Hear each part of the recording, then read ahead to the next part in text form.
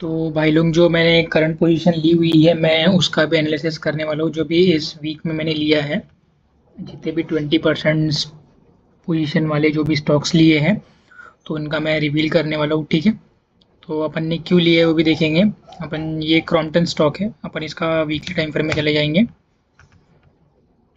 अगर आप मेरी प्रीवियस वीडियोस देखोगे तो उसमें पता चलेगा कि मेरा एक क्रॉम्पटन में एक एसएल हिट भी हुआ है, ठीक है।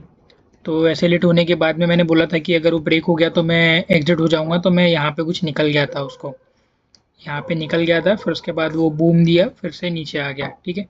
तो वो प्रीवियस वीडियो आप देख सकते हैं। ये यहाँ पे वीकली जोन के आसपास अपन ने एंट्री की हुई थी। ये एक बना देता हूँ, थोड़ा इजी हो जाएगा, ठीक है।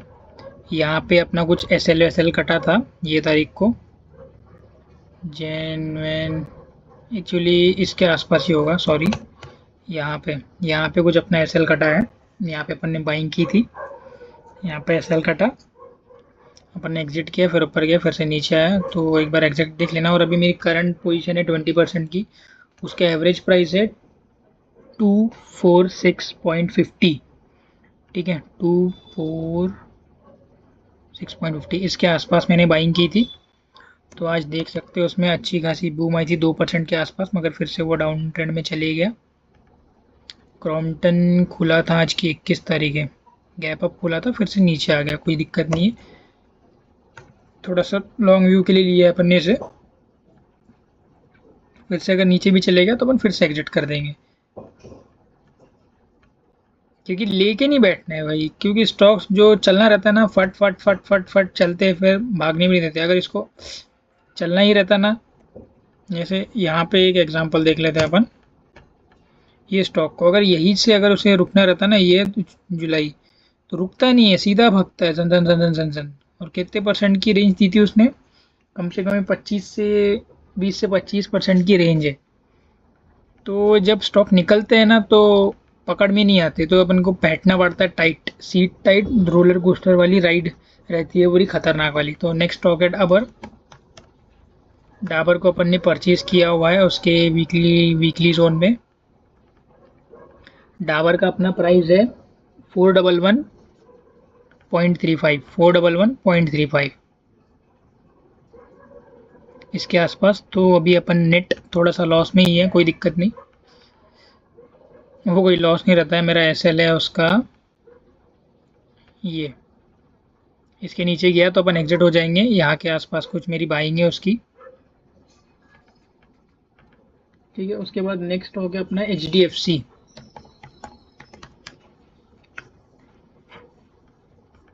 एच डी एफ सी में अपनी बाइंग है 731, 20%। और जितने भी स्टॉक्स अभी मैं दिखा रहा हूँ उनकी 20% बाइंग मैंने की है मेरे पोर्टफोलियो के हिसाब से।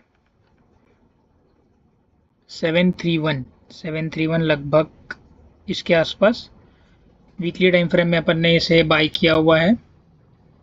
रुकने के लिए अपन यहाँ पे भी रुक सकते थे, मगर ये इतना बड़ा स्टॉक है ना, अगर भागना चाहे तो भाग जाएगा। ये एक्चुअली प्राइवेट सेक्टर का सबसे बड़ा बैंक है, और ये भी गिरा इस चीज़ के लिए क्योंकि उसके कुछ प्रमोटर्स जो सीईओ और ये एमडी वेमडी रहते हैं ना, उन्होंने कुछ रिज़ाइन दिया है। कुछ घापला होगा, इतनी बड़ी कंपनी है, कुछ ना कुछ लालच में आके कोई ना कुछ कर ही देता है। अभी क्या ही कर सकते हैं अपन, सब कुछ अपने हाथ में नहीं है। तो जैसे यहाँ से ऊपर जाना भी अपने हाथ में नहीं, नीचे जाना भी हाथ में नहीं है, तो अपन सिर्फ प्रोबेबिलिटी में चलते हैं, बाकी कुछ नहीं। जाने को 1 रुपये है, आने को 10 रुपये है, सीधा साफ। फिर नेक्स्ट स्टॉक है अपना IRCTC।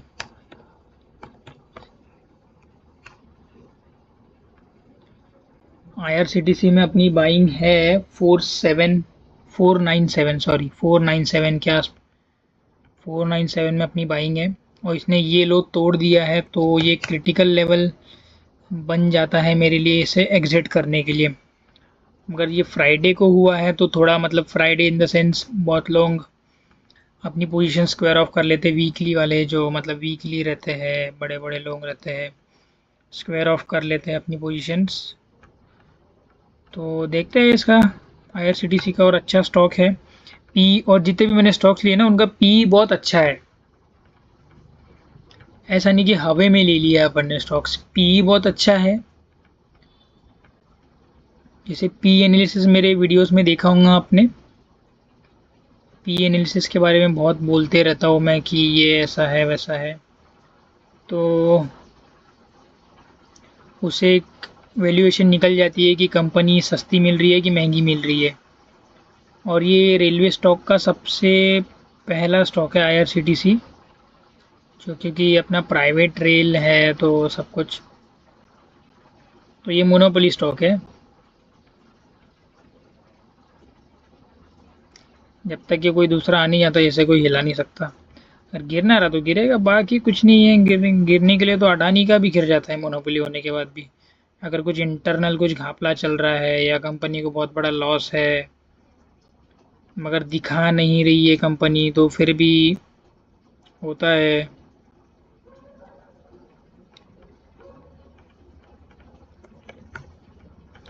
तो चलो ये एक पैटर्न बना के थोड़ा सा एक हेल्प हो गई कि मतलब यहाँ पे कुछ जोन बन सकता है। तो ये एक कुछ 4 स्टॉक्स है जो मैंने मेरे पोजीशन में फ़िलहाल अभी ली है, और हर एक की 20-20% ऑक्यूपाइंग है। कुछ रहा कुछ और चाहिए इसके बारे में तो मुझे कमेंट कर देना, मैं ज़रूर हेल्प करूँगा। Thanks guys.